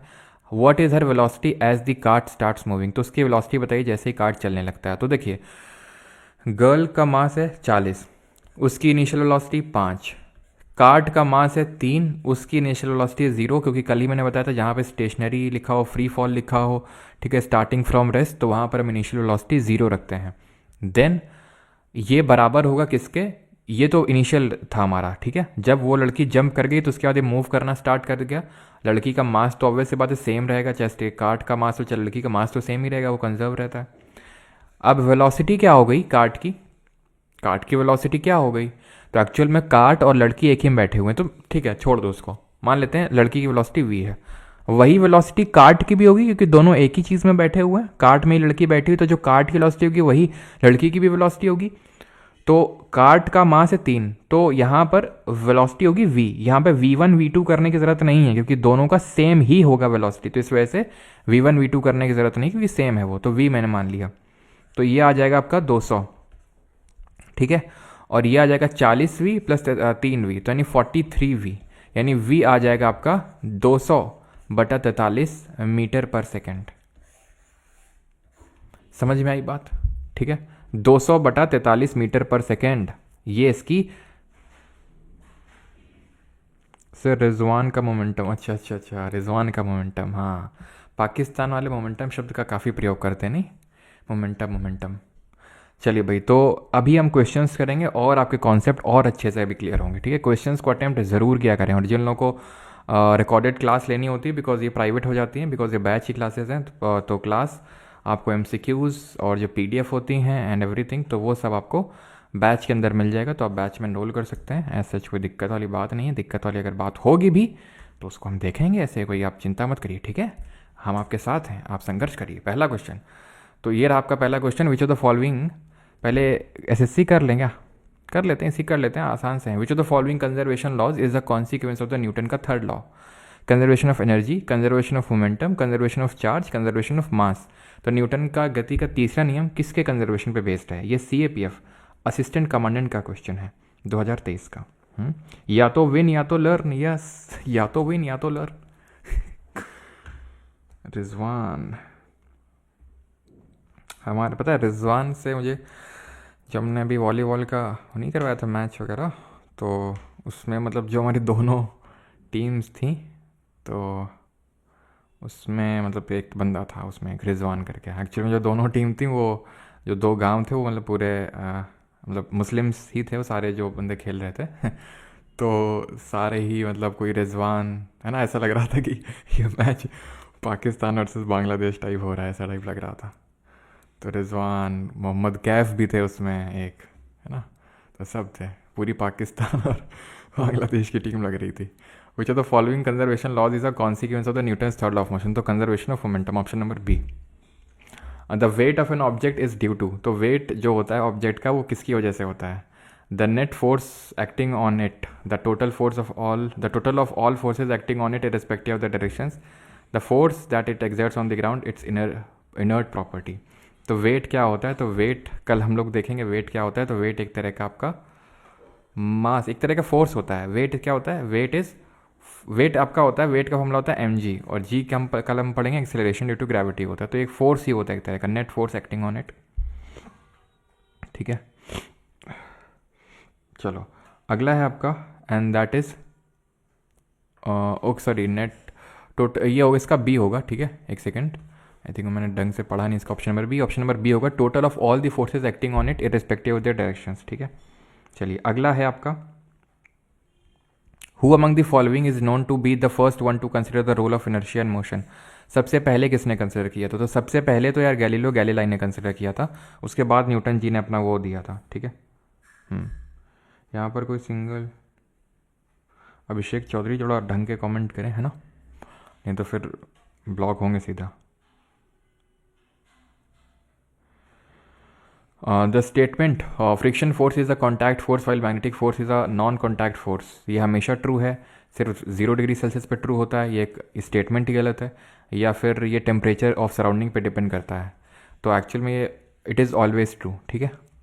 ऐसा नहीं कि टेम्परेचर पे डिपेंड करता है कि फ्रिक्शन फोर्स जो है टेम्परेचर 0 डिग्री सेल्सियस होगा तो फ्रिक्शन फोर्स कॉन्टैक्ट होगा, और अगर भाई फ्रिक्शन 0 डिग्री सेल्सियस मतलब टेम्परेचर अगर बढ़ा देंगे घटा देंगे तो ऐसे सब वियर्ड ऑप्शन है, ठीक है। Weight and mass of an object are defined with Newton's laws of motion, which among the following is true? Weight is a constant of proportionality, mass is a constant of proportionality, mass is not a constant of proportionality, weight is a universal constant। तो भाई मास होता है universal constant, इसलिए वो constant of proportionality होता है। Mass change नहीं होता है, चाहे आप यहाँ पे आप कैलकुलेट करें, चाहे चंद्रमा पे चले जाएं, किसी दूसरे ग्रह पे, वेट चेंज होता है, ठीक है। क्लियर है? विन तो ले गई और बचा। और पाकिस्तान में एक वीडियो देख रहा था, पाकिस्तान लोग क्या बोल रहे थे कि मतलब वो अलग ही उसमें है कि मतलब इंडिया चाहे जितना वो कर ले, हमें इग्नोर कर ले, और पता नहीं कुछ ऐसा बोल रहा था वो कि जो वो सफ़ेद कोट पहना है इन लोगों ने चैम्पियंस ट्रॉफी जीत के, उसमें पाकिस्तान लिखा हुआ है, तो वो पाकिस्तान को तो हमेशा अपने साथ ही रखेंगे। सही है, मैंने कहा खुशियाँ तरीके ढूंढने के अलग अलग तरीके हैं बस, है ना। आदमी को खुश रहना चाहिए, तो ये आप पाकिस्तान से सीख सकते हैं। Which of the following is not a conservative force, तो कौन सा कंजर्वेटिव फोर्स नहीं है, नॉट कंजर्वेटिव? तो इलेक्ट्रिक फोर्स, ग्रेविटेशनल स्प्रिंग, ये तीनों कंजर्वेटिव होते हैं। फ्रिक्शन फोर्स, ड्रैग फोर्स, ठीक है, ये सब आपके होते हैं कैसे, नॉन कंजर्वेटिव, ठीक है। 5 न्यूटन का फोर्स लग रहा है, मास 10 किलो है, तो एक्सेलरेशन कितना आएगा उस पर, रिजवान का मोमेंटम। पाकिस्तान तो लिखा है हार्ट के पास, हाँ, इसी बात को लेके खुश हो रहे हैं।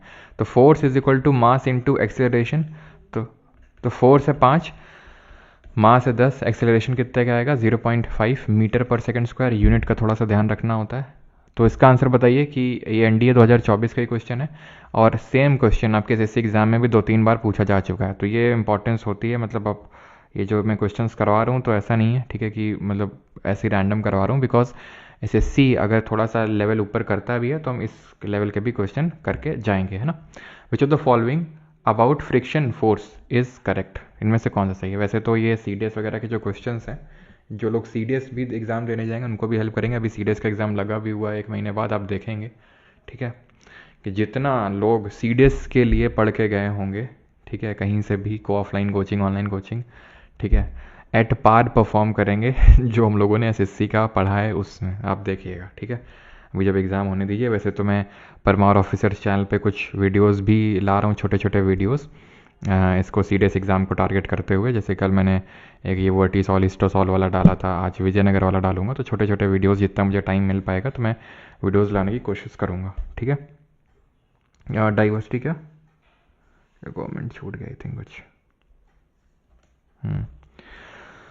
तो आपको पता है सबसे ज़्यादा तो आपका स्टैटिक होगा, देन कैनेटिक होगा, देन रोलिंग होगा, ऑप्शन नंबर सी।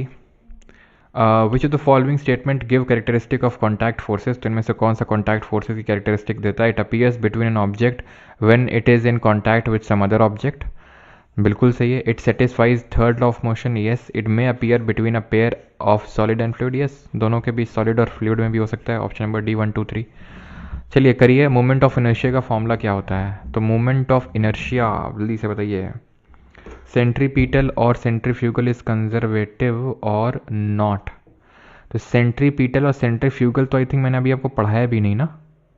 चलो अभी तो पहले हम आपको बताते हैं कि सेंट्रीपिटल और सेंट्रीफ्यूगल जो होते हैं वो होते क्या हैं, ठीक है। तो उसके बाद कंजर्वेटिव नॉन कंजर्वेटिव, तो ये होता है आपका I is equal to M R square, ठीक है, ये I is equal to M R square होता है। देखो जो सेंट्रीपिटल होता है,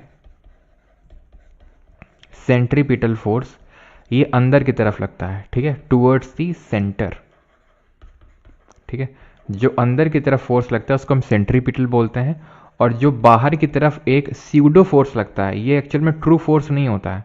जो सेंट्रीफ्यूगल फोर्स होता है एक स्यूडो फोर्स होता है, स्यूडो इन द सेंस कि इसको क्या बोलेंगे, टूवर्ड द सेंटर हो गया ये आउटसाइड, ठीक है। जैसे कि आपने कभी एक्सपीरियंस किया होगा, एक्सपीरियंस किया, जैसे फॉर एग्जांपल मान लेते हैं कि आप कोई चीज़ है धागे में कोई लपेट के, मान लो स्टोन, उसको घुमा रहे हो, ठीक है, तो वो अंदर की ओर एक तरह से पुल हो रहा है, इस स्ट्रिंग के द्वारा वो अंदर की तरफ उसमें फोर्स लग रहा है, सेंट्रीपिटल फोर्स है वो। लेकिन जैसे ही ये टूटेगा तो ये बाहर की तरफ जाएगा, ठीक है, ये बाहर की तरफ जाएगा, क्योंकि जितना सेंट्रीपिटल फोर्स यहाँ पर अंदर की तरफ लग रहा है, एक स्यूडो फोर्स यहाँ की ओर लग रहा है बाहर की ओर, और जैसे ही ये इसको हम छोड़ेंगे या फिर टूटेगा ये धागा तो ये तुरंत बाहर की ओर जाएगा, अंदर की ओर नहीं आएगा। तो ये फोर्स सेंट्रीफ्यूगल होता है, और ये आपके नॉन कंजर्वेटिव फोर्सेस होते हैं, यानी कि वर्क डन जो होता है ये पाथ पे डिपेंड करता है, नॉन कंजर्वेटिव। ठीक है, क्लियर यहाँ तक सभी को कि सेंट्रीपीटल और जो सेंट्रीफ्यूगल फोर्स होते हैं वो कैसे फोर्स होते हैं। तो सेंट्रीपीटल ये सेंट्रीपीटल तो आपको समझ में आ गया, नॉन कंजर्वेटिव फोर्स होता है। लेकिन जो सेंट्रीफ्यूगल जो कि स्यूडो फोर्स है, ये ध्यान रखिएगा, ये आपका कंजर्वेटिव नेचर का होता है। ठीक है, ये आपका कंजर्वेटिव नेचर का होता है जो सेंट्रीफ्यूगल फोर्स होता है। क्लियर, आगे बढ़ें। Newton's first law of motion is known as, तो मैग्नीट्यूड का लॉ है, रिएक्शन का लॉ है, इनर्शिया का, फिर मास का। तो न्यूटन का जो गति का पहला नियम है लॉ ऑफ इनर्शिया के नाम से जाना जाता है, जड़त्व का नियम। Which type of friction is considered as a self adjusting force, तो किस तरह का जो फ्रिक्शन है उसको सेल्फ एडजस्टिंग फोर्स बोलते हैं। तो जो स्टैटिक फ्रिक्शन होता है वो सेल्फ एडजस्टिंग है। ठीक है, खुद से एडजस्ट करता है, तो static friction is self adjusting force. Substance which reduce friction are called as, यानी वो पदार्थ जो घर्षण को कम करते हैं उनको क्या कहा जाता है, फ्लूइड, मैग्नेट, स्प्रिंग या लुब्रिकेंट। तो ऐसों को हम बोलते हैं, ऐसे सब्सटेंसेस को लुब्रिकेंट। लुब्रिकेंट को यूज़ किया जाता है फ्रिक्शन को या फिर घर्षण को कम करने के लिए। अगला है, a ball possesses 3000 unit of momentum, what would be the ball's new momentum its velocity is doubled. अगर वेलोसिटी को डबल कर दें तो नया मोमेंटम क्या होगा। मोमेंटम को हम p से रिप्रेजेंट करते हैं, इसका फॉर्मूला होता है मास इनटू वेलोसिटी। अगर वेलोसिटी को डबल करेंगे तो मोमेंटम भी डबल हो जाएगा, क्योंकि डायरेक्टली प्रोपोर्शनल है। तो अगर डबल करेंगे तो मोमेंटम भी डबल हो जाएगा, 6000 unit. Which of the following is not an application of third law of momentum, third law of motion. तो थर्ड लॉ ऑफ मोशन का एग्जाम्पल कौन सा नहीं है, एप्लीकेशन कौन सा नहीं है। A fielder pulls his hands gradually with the moving ball while holding a catch, colliding with the player while kicking a football and feeling hurt. As the sailor jumps in the forward direction, the boat moves backward. Forward force on the bullet and recoil of the gun. बताइए। तो a fielder pulls his hands gradually with the moving ball while holding a catch, ये हमने देखा था Newton का second law of motion होता है। आपने फुटबॉल को किक किया तो फुटबॉल आपको इतना फोर्स के साथ किक करेगी तो आपको हर्ट होगा। ठीक है, बिग बॉस मुझे हर्ट हो रहा है। ठीक है, तो उस तरह से आप बोलेंगे फुटबॉल मुझे हर्ट हो रहा है। As the sailor jumps in the forward direction, boat moves backward. तो हमने देखा था सेलर पीछे आगे की तरफ जाएगा तो बोट पीछे की तरफ जाएगी, है ना। सही यहाँ पर ऑर्डर बताना है, ये अभी हम देख चुके हैं, आपको पता है क्या है। ये वाला क्वेश्चन करिए about inertia. Greater the mass greater the inertia lesser the weight, greater the inertia lesser the mass greater the inertia greater the mass lesser the inertia. क्या आंसर होगा, तो बहुत आसान सा है। सही आंसर क्या होगा कि जितना ज़्यादा मास होगा, फुटबॉल हमें कैसे किक करेगी। देखिए मैडम जी, फुटबॉल में आपने किक किया, फुटबॉल भी आपको उतना ही फोर्स लगाएगी। अब क्योंकि आपका हो सकता है आपका मतलब वेट ज़्यादा है, ठीक है, तो उतना आपको फील नहीं होगा जितना कि फुटबॉल को फील हुआ। जैसे कि फॉर एग्जांपल ये सेव नीचे गिरा ना, तो जिस फोर्स से ग्रेविटी ने इसको अट्रैक्ट किया, उसी फोर्स से इसने भी, सेव ने भी अट्रैक्ट किया होगा अर्थ को। लेकिन क्या अर्थ सेव से जाके चिपक गई, क्या नहीं चिपकी, क्यों? क्योंकि अर्थ का मास बहुत बहुत बहुत बहुत ज़्यादा है एज कम्पेयर टू जो एप्पल है उससे। ठीक है, तो greater the mass greater the inertia. Which physical theory explains the generation of thrust by rocket engines, jet engines and deflating balloons. तो कौन सा फिजिकल थ्योरी इसको एक्सप्लेन करता है? Newton's laws of motion, exclusion principle, Faraday's laws of electromagnetic induction या फिर laws of thermodynamics. तो option number A, ठीक है, न्यूटन का थर्ड लॉ ऑफ मोशन जो है वो हमें वो सब थ्रस्ट वाला एक्सप्लेन करता है। होली की छुट्टी, अच्छा कब से चाहिए होली की छुट्टी? क्यों होली का, और तुम लोग के क्या क्या प्लान्स हैं होली के?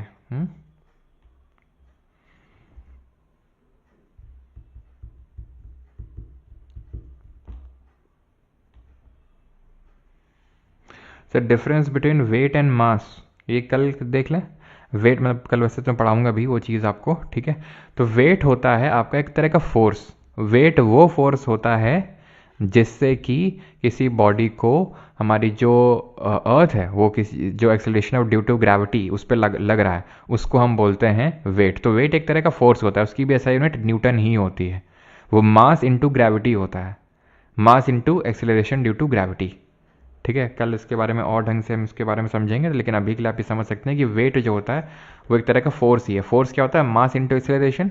तो एक्सेलरेशन की जगह हम यहाँ पर एक्सेलरेशन ड्यू टू ग्रेविटी रख देते हैं जी, ठीक है, बिकॉज हर चीज़ जो है अर्थ जो है उसको नीचे की ओर अट्रैक्ट कर रही है, कोई भी चीज़ हो, ठीक है, तो वो तो हर बॉडी में लगी रही एक्सेलरेशन ड्यू टू ग्रेविटी। तो mass into gravity is called as उसका वेट, एक तरह का फोर्स ही है, यूनिट न्यूटन होगी। ऑलराइट, कोल तार रेडी हो चुका है सर। अच्छा, ध्यान सेशन भी होंगे। होली पे नाली में पड़े होंगे, पी के वाइब भी तो बनानी है। अच्छा चलो भाई, तो पहले इसको कर लें। Rolling friction is greater than sliding friction, गलत है। The frictional force is exerted by fluid is called as drag. The measure of the force that can cause an object to rotate about an axis is called as, यानी कि बल का वह माप जो किसी वस्तु को एक अक्ष पर परितः घूमने में सक्षम बनाता है, उसको हम क्या बोलते हैं? जल्दी से बताइए। तो ऑप्शन हैं आपके power, moment of inertia, centripetal force या फिर टॉर्क। तो हमने पढ़ा था ये टॉर्क होता है, ठीक है, क्या होता है? टॉर्क होता है। ऑलराइट, अच्छा, मोमेंट ऑफ इनर्शिया क्या होता है? ये मैंने पहले क्वेश्चन भी हमने देखा था, I is equal to mr²। तो it is a kind of a measure, हम इसको ये बोल सकते हैं, it is a kind of a measure of how resistant an object is to change in rotational motion, to change in its rotational motion, rotational motion. जैसे कि example के तौर पर, जैसे कि हमने देखा था इनर्शिया क्या होता है? इनर्शिया एक जो बॉडी रेजिस्ट करती है अपने करंट चेंज, मतलब जो चेंज इन मोशन को जो रेजिस्ट करती है उसी को इनर्शिया बोलते हैं। लेकिन अगर रोटेशनल मोशन वाला केस आ जाता है तो वहाँ पर मोमेंट ऑफ इनर्शिया इसी चीज़ को बोल देते हैं। इसका फॉर्मूला देखा था, I is equal to mr²। इसका सिंपल सा एग्जाम्पल हो सकता है, आपने कभी देखा भी हो रील्स वगैरह में, कि जैसे या मान लो कि कोई चीज़ रोल कर रही इस तरह से, ठीक है। अच्छा, वो आजकल वो नहीं चलते हैं, वो मेलों में पता नहीं कहीं कहीं पे मैंने देखा है कि लोग वो मतलब ऐसे लंबी सी सेल्फी स्टिक लगी होती है और मतलब आप यहाँ खड़े होते हो और आपका कोई पार्टनर खड़ा होता है यहाँ पे, है ना, आपका दोस्त या फिर आपका गहरा मित्र कोई, है ना। तो जब खड़े होते हैं तो मतलब वो इस तरह से घूमता है कुछ, है ना, मैंने मतलब देखा है लोगों को ऐसा।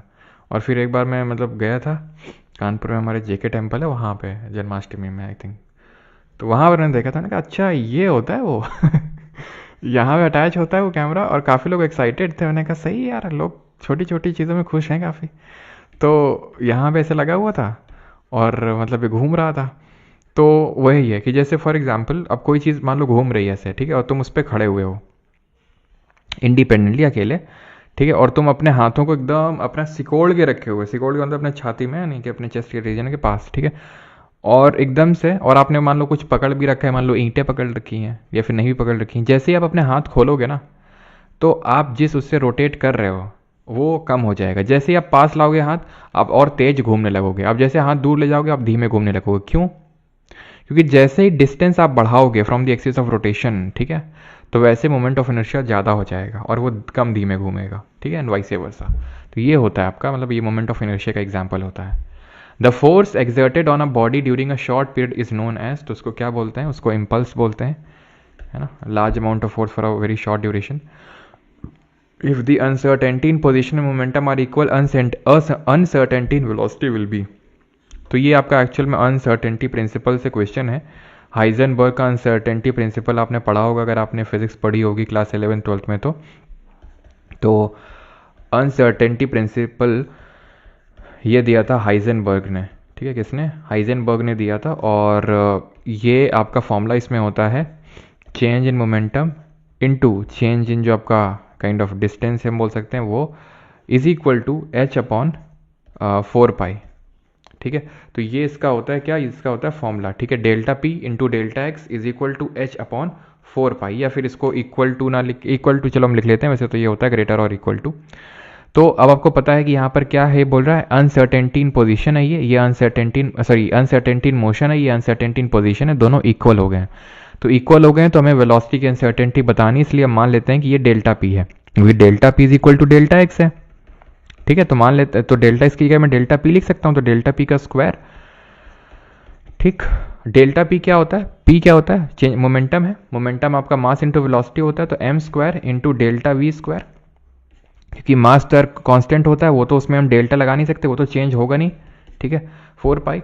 अब क्या है, मुझे वेलोसिटी का अनसर्टेनिटी इन वेलोसिटी बताना है, यानी अनसर्टेनिटी इन वेलोसिटी बताना है, तो मैं क्या करूंगा, मास को उधर ले जाऊंगा, एच अपॉन 4 पाई एम स्क्वायर, ये वेलोसिटी का स्क्वायर है तो मैं अंडर रूट लूंगा दोनों साइड, तो डेल्टा वी हो जाएगा, एच का अंडर रूट हो जाएगा और पाई का अंडर रूट हो जाएगा, 4 का अंडर रूट होगा तो वो 2 हो जाएगा, ठीक है, 4 का अंडर रूट 2 और एम स्क्वायर का अंडर रूट एम, तो 1/2m H under root H upon pi, तो वही है ये 1/2m under root H upon pi, option number B, ठीक।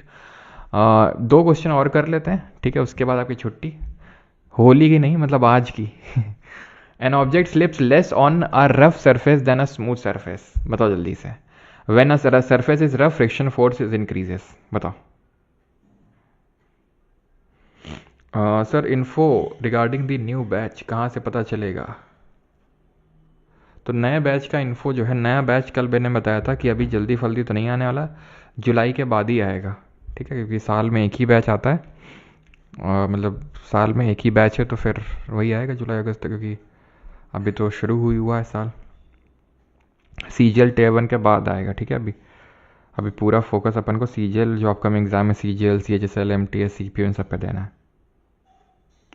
इतना डीप पढ़ना पड़ेगा कि अब देखो यार एक क्वेश्चन आया है, इसके लिए हम पूरी 11 की फिजिक्स तो नहीं चट डालेंगे, उससे बड़ी मूर्खता हो नहीं सकती है, काफ़ी लोगों की आदत होती है, जैसे अब आप हैं, ठीक है, अब मान लो कि ये जिनके भी शिफ्ट में आया होगा क्वेश्चन, तो उन लोगों ने पक्का कराया होगा कि मतलब ये सब तो हमें पढ़ा ही नहीं गया, मतलब ठीक है, और ये सब तो कहाँ से आता है, कैसा क्या होता है। देखो तुमको क्या लगता है, अगर मान लो पढ़ लोगे भी तुम, तो क्या इस चीज़ को रिटेन कर पाओगे इतना, और क्या इज़ इट वर्थ इट कि अगर एक क्वेश्चन इतने मतलब इतनी शिफ्ट होती है एसएससी में और उसमें एक शिफ्ट में एक क्वेश्चन आ गया, तो छोड़ना अच्छा है या पूरी तुम 11th की फिजिक्स रटोगे बैठ के? क्यों? एसएससी जानबूझ के इस तरह के क्वेश्चंस डालता है अपनी साख बचाने के लिए, कि थोड़ा तो भाई, नहीं तो लाइटली नहीं लेने लगोगे तुम सारे क्वेश्चन अगर बना के आ रहे हो वहाँ पे, तो हाँ। तो N object slips less on a rough surface, सही है। When a surface is rough friction force increases, दोनों सही है, तो ऑप्शन नंबर डी आंसर होगा, सही एक्सप्लेनेशन भी है। सेंटर सीकिंग फोर्स का अनदर नेम क्या है? तो अंदर की ओर जो फोर्स भागता है उसको सेंट्रीपीटल बोलते हैं। Force exerted by a charged body on another charged body, charge on charge body, उसको क्या बोलते हैं? उसको बोलते हैं इलेक्ट्रोस्टैटिक फोर्स। वैसे इसके बारे में मैं आपको बताऊंगा, ये होता है ये आपका, ठीक है, के Q1 Q2 upon r square, ठीक है, ये इसका फॉर्मूला होता है, लेकिन जब ग्रेविटेशनल फोर्स बताऊंगा तो वहाँ पे देखेंगे, ठीक है, निट्टो लगा क्या कराएंगे। प्रोजेक्टाइल मोशन से इश्का जी क्वेश्चन आते नहीं हैं, ठीक है, और वो भी 11th का ही फिजिक्स है आपका। विच of the following is not a non contact force? कौन सा नॉट कॉन्टैक्ट फोर्स नहीं है, मतलब कि कौन सा कॉन्टैक्ट फोर्स है ये पूछ रहा है, तो फ्रिक्शन है contact force. Which of the following is called as the London force? तो लंडन फोर्स किसको बोलते हैं? तो लंडन फोर्स होता है आपका डिस्पर्जन। ये तो वैसे केमिस्ट्री का क्वेश्चन अगर देखा जाए तो, और ये भी आपका 11th-12th की केमिस्ट्री से ही क्वेश्चन है, ये 2022 में पूछा गया, डिस्पर्जन फोर्स होता है, ठीक है। आई थिंक आप कर लेंगे, 2 क्वेश्चन 30 तक कर लेते हैं। Which law of Newton provides a quantitative definition of force? तो मैंने बताया था क्वांटिटेटिव डेफिनेशन ऑफ फोर्स कौन देता है? जो आपका मोमेंटम के बारे में बताता है, और ये आपका सेकंड लॉ ऑफ मोशन होता है न्यूटन का, जो मोमेंटम के बारे में बताता है और क्वांटिफाई करता है। यस, इसको हम कूलॉम्स लॉ के नाम से भी जानते हैं, ये आपको बताऊंगा आगे। इसको हम कूलॉम्स लॉ के नाम से भी जानते हैं। F is equal to k Q1 Q2 upon r square.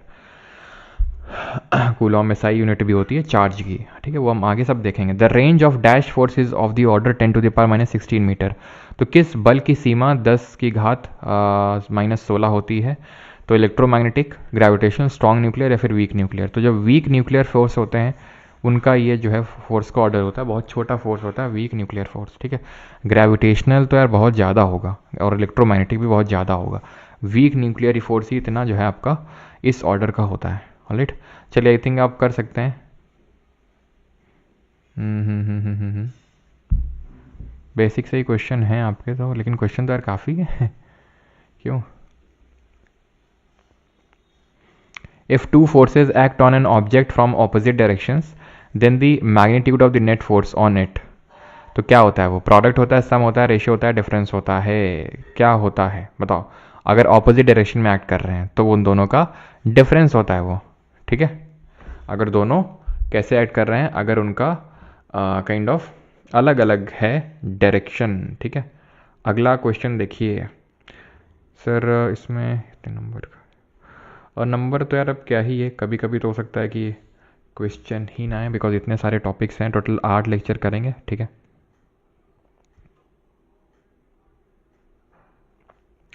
8 lecture होंगे टोटल फिजिक्स के। Which of the following is a characteristic of conservative force? तो energy is dissipated as heat energy, work done in round trip is not zero, it is zero, work that depends on the path, no it depends on the initial and final position, वो independent होता है path, it is completely recoverable. When something accelerates along a circular path dash keeps it going in the circle. तो जब कोई चीज़ accelerate करती है circular path में, तो कल हमने यूनिफॉर्म सर्कुलर मोशन देखा था, तो कौन सी चीज़ उसको चलाए रखती है? तो it is centripetal force, elastic velocity of friction, तो इट इज़ सेंट्रीपिटल फोर्स। जो हमने देखा था एक्सेलरेशन अंदर की ओर लगता है, सेंट्रीपिटल एक्सेलरेशन बोलते हैं, v² तो यहाँ पर सेंट्रीपिटल फोर्स क्या हो जाएगा, m×a होता है फोर्स का फॉर्मूला, तो mv² हो जाएगा। और ये किस मतलब ये कहाँ पर लगता है? ये लगता है आपका सेंटर के अलॉन्ग, है ना। ये जो एक्सेलरेशन होता है ये सेंटर के अलॉन्ग होता है, और ये फोर्स सेंटर के अलॉन्ग लगता है। जो वेलोसिटी होती है वो अलॉन्ग दी टेंजेंट होती है। एसआई यूनिट क्या होती है फोर्स की? तो न्यूटन, वॉट, वोल्ट या जूल, तो न्यूटन होगी, ठीक है।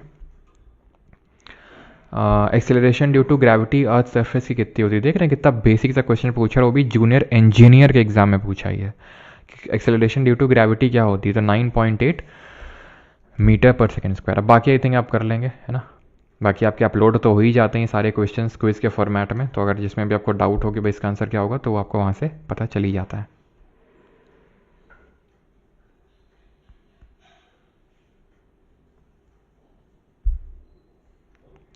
ठीक है, थैंक यू, धन्यवाद सभी को।